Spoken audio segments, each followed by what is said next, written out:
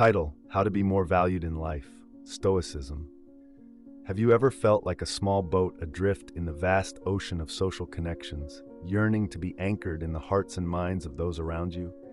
In this whirlwind of digital connectivity, where thousands of voices clamor for attention, it's easy to feel lost, unnoticed, and undervalued. But what if I told you that there's a timeless philosophy that can be your compass, guiding you to become not just another face in the crowd, but someone who truly matters to those around you?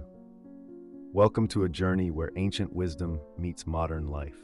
Today, we're diving deep into the art of making yourself a priority in others' lives, not through manipulation or games, but through the profound and authentic principles of Stoicism. Stay with me as we explore how to be a beacon in the sea of relationships, shining brightly enough to be seen, valued, and cherished. Step 1. Context and problem. In our quest for significance in the complex tapestry of social relationships, we frequently encounter a disheartening imbalance. There is a pervasive sense that we hold others in higher regard than they do us, often shadowed by the disquieting feeling of being undervalued. This perception leads us to a profound exploration of self-worth. Stoicism, an ancient philosophy rich in wisdom, offers us a beacon of guidance in this regard. The Stoic philosophy, rooted in the teachings of thinkers like Marcus Aurelius, Seneca, and Epictetus, emphasizes an internal locus of control. Marcus Aurelius, in his Meditations, profoundly observed, "You have power over your mind, not outside events. Realize this, and you will find strength."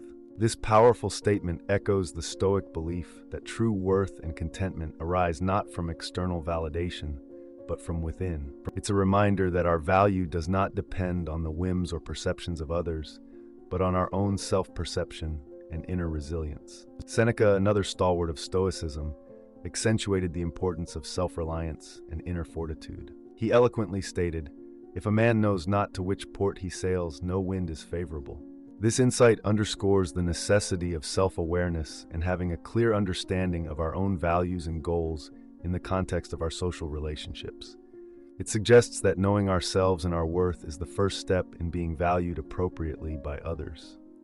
Epictetus, with his emphasis on the dichotomy of control, reinforces this Stoic approach. He argued that we must focus on what is within our power, our responses, attitudes, and actions, and let go of our concern over how others perceive us. This detachment from external validation is liberating and empowers us to cultivate a sense of self-worth that is independent of others' opinions.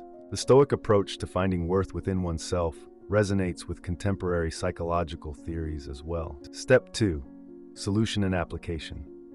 In this exploration of strengthening our significance in the lives of others, we turn to the rich wellspring of Stoicism and the broader landscape of philosophical thought for practical methods. The focus here is not on manipulation or superficial tactics, but rather on fostering a wise and sincere approach to building authentic, high-value relationships. At the heart of Stoicism lies the wisdom of understanding and controlling what is within our power. As Epictetus famously stated, "We cannot choose our external circumstances, but we can always choose how we respond to them."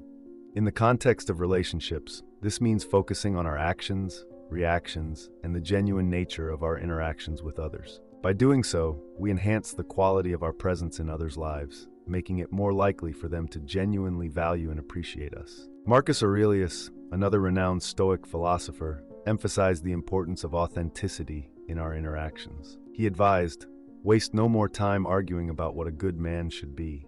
Be one." This speaks to the core of forming high-value relationships, being genuine, kind, and true to our principles in all our interactions. By embodying the virtues we admire, we naturally attract people who value these qualities, thereby establishing a foundation for meaningful and enduring relationships. Furthermore, Seneca's teachings on the brevity of life and the importance of living in accordance with nature remind us to value the time we spend with others. He said, "Life, if well lived, is long enough." This underscores the idea of being fully present and engaged in our interactions, making every moment count. By bringing our full attention and sincerity to our relationships, we signal to others that they are important to us, inviting reciprocal appreciation and deepening of the bond. The application of these Stoic principles is also reflected in the broader philosophical context. Aristotle's concept of eudaimonia, or flourishing, is achieved through virtuous activities that constitute a life well lived. In the realm of relationships, this translates to engaging in interactions that are mutually enriching, honest, and respectful. By striving for personal excellence in how we treat others, we cultivate relationships that are not only valuable, but also contribute to our overall well-being and fulfillment. Carl Jung's insights into the psyche further illuminate this approach. He believed in the power of individualization, the process of becoming aware of oneself and the world around us. Jung stated, "The meeting of two personalities is like the contact of two chemical substances. If there is any reaction, both are transformed." This perspective encourages us to engage in relationships as whole, self-aware individuals capable of profound connections that transform and enrich both parties. Step 3. Stoic Principle. The Stoic philosophy, deeply rooted in the wisdom of thinkers like Marcus Aurelius, Seneca, and Epictetus, provides profound insight into the nature of relationships and self-worth. The saying, "Show me your friends, and I'll tell you who you are," reflects not just the impact of our social circle on our identity, but also the significance of reciprocity in relationships.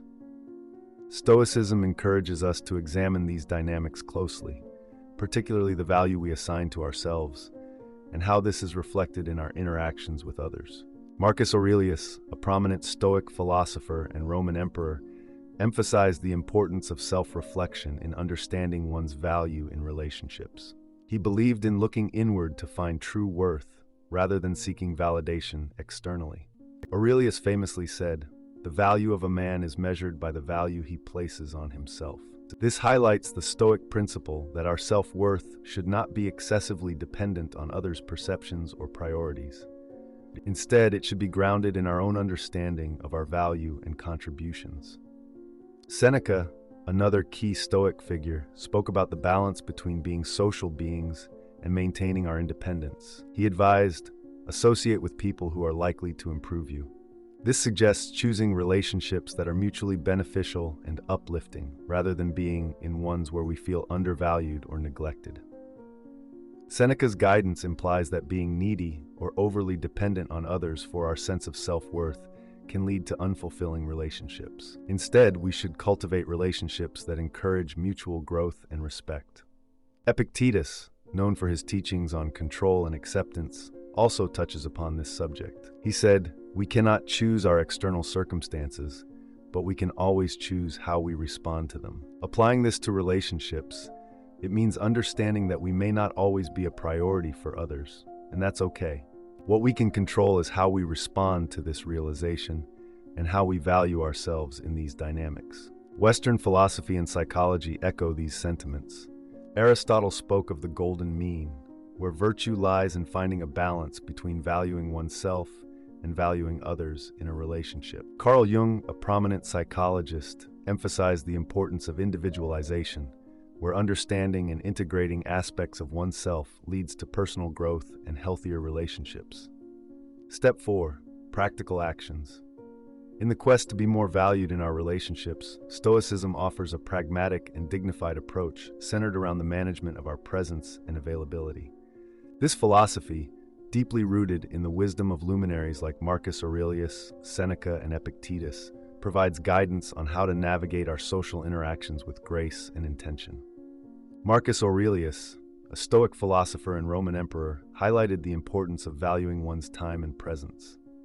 He taught that time is one of the few things under our control in a world governed by fate and external circumstances. By judiciously managing our availability, we signal to others the value of our time and in turn increase our own worth in their eyes.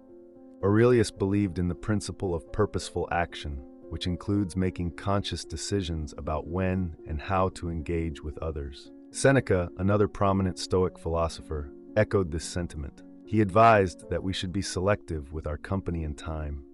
Seneca's teachings suggest that by occasionally withdrawing our presence, we allow others to appreciate our value more fully. He wrote, "True happiness is to be free from the yoke of our own desires and to be able to relax and lay aside our anxiety." This relaxation includes not succumbing to the need for constant social validation and understanding the power of absence in enhancing our relationships. Epictetus, a Greek Stoic philosopher, emphasized the importance of focusing on what we can control. He said, "Only the educated are free." In the context of relationships, this education involves understanding that we have the power to manage our time and attention. By controlling our availability, we assert our freedom and self-respect, which in turn leads others to value and respect us more. Western philosophy and psychology also support these Stoic principles. Aristotle spoke about the golden mean, advocating for a balanced approach to life. This means finding a middle ground between being overly available and completely inaccessible. Carl Jung, the Swiss psychiatrist, emphasized the importance of individualization, which involves understanding and integrating one's own needs and boundaries. This self-awareness leads to healthier interactions where one's time and presence are valued. In practical terms, to be more valued by others, we can start by judiciously managing our availability. It's not about playing games or being elusive, but about respecting our own time and teaching others to do the same. By occasionally allowing people to miss us, we create a healthy dynamic where our presence is appreciated and sought after. Remember, it's not about controlling others or the outcomes of our relationships, but about managing our own actions and choices with wisdom and dignity. Step 5. Developing patience. In the Stoic philosophy, the concept of patience is elevated to an art form, a crucial skill for thriving amidst life's perpetual turmoil. This perspective, deeply embedded in the teachings of Marcus Aurelius, Seneca, and Epictetus, resonates with timeless relevance. Marcus Aurelius, renowned for his meditative reflections, saw patience as a form of inner fortress. He believed that our inner peace should not be at the mercy of external events. He said, "You have power over your mind, not outside events. Realize this, and you will find strength." This statement encapsulates the Stoic essence of patience. It's not about waiting idly for circumstances to change, but about maintaining a composed and resilient mindset regardless of what life throws our way. Seneca, another luminary and Stoic thinker, echoed similar sentiments. He viewed patience as a conscious resistance against the rushing tides of life, a means of maintaining dignity and grace under pressure. He advised, "The greatest remedy for anger is delay," suggesting that patience is a deliberate choice to pause and reflect rather than react impulsively. This approach is far from passive. It's an active engagement with our emotional landscape, mastering our impulses in favor of thoughtful responses. Epictetus, known for his practical wisdom, placed great emphasis on the dichotomy of control, teaching that while we cannot control external events, we have absolute power over our reactions. Patience, from this viewpoint, is a manifestation of this control, a serene assertion of our ability to endure and persevere. Epictetus asserted, "No man is free who is not master of himself," highlighting that true freedom comes from self-mastery, of which patience is a vital component. From a broader Western philosophical and psychological perspective, patience aligns with the ideals of emotional regulation and resilience. Aristotle's concept of the golden mean advocates for a balanced approach to life, suggesting that patience is a midpoint between passive inaction and rash impulsiveness. Carl Jung's focus on individualization, the process of becoming aware of oneself, aligns with the Stoic practice of patience. By understanding and managing our emotions, we attain a level of self-awareness and maturity that enhances our interactions with others and our environment. In contemporary terms, practicing patience means embracing the present moment without being overwhelmed by the desire for immediate results or responses. It's about maintaining composure in a fast-paced, often chaotic world. This quality makes us more attractive to others because it exudes confidence and stability. People are naturally drawn to those who display calmness and resilience in the face of adversity. Step 6. Self-prioritization. In the realm of Stoicism, the practice of self-prioritization is not just encouraged but seen as a necessary aspect of a balanced life. This notion finds echoes across various Western philosophical and psychological thoughts, emphasizing the importance of valuing oneself to be valued by others. Marcus Aurelius, a prominent Stoic philosopher, highlighted the significance of self-regard. He famously stated, "If you do not have respect for yourself, no one else will." This quote underscores the Stoic belief that self-respect is the cornerstone of how others perceive and treat us. When we prioritize our needs and learn to say no, we communicate to others that our time and energy are precious and deserve respect. Seneca, another Stoic thinker, argued for the virtue of self-care. He believed that caring for oneself is essential to living a fulfilled life.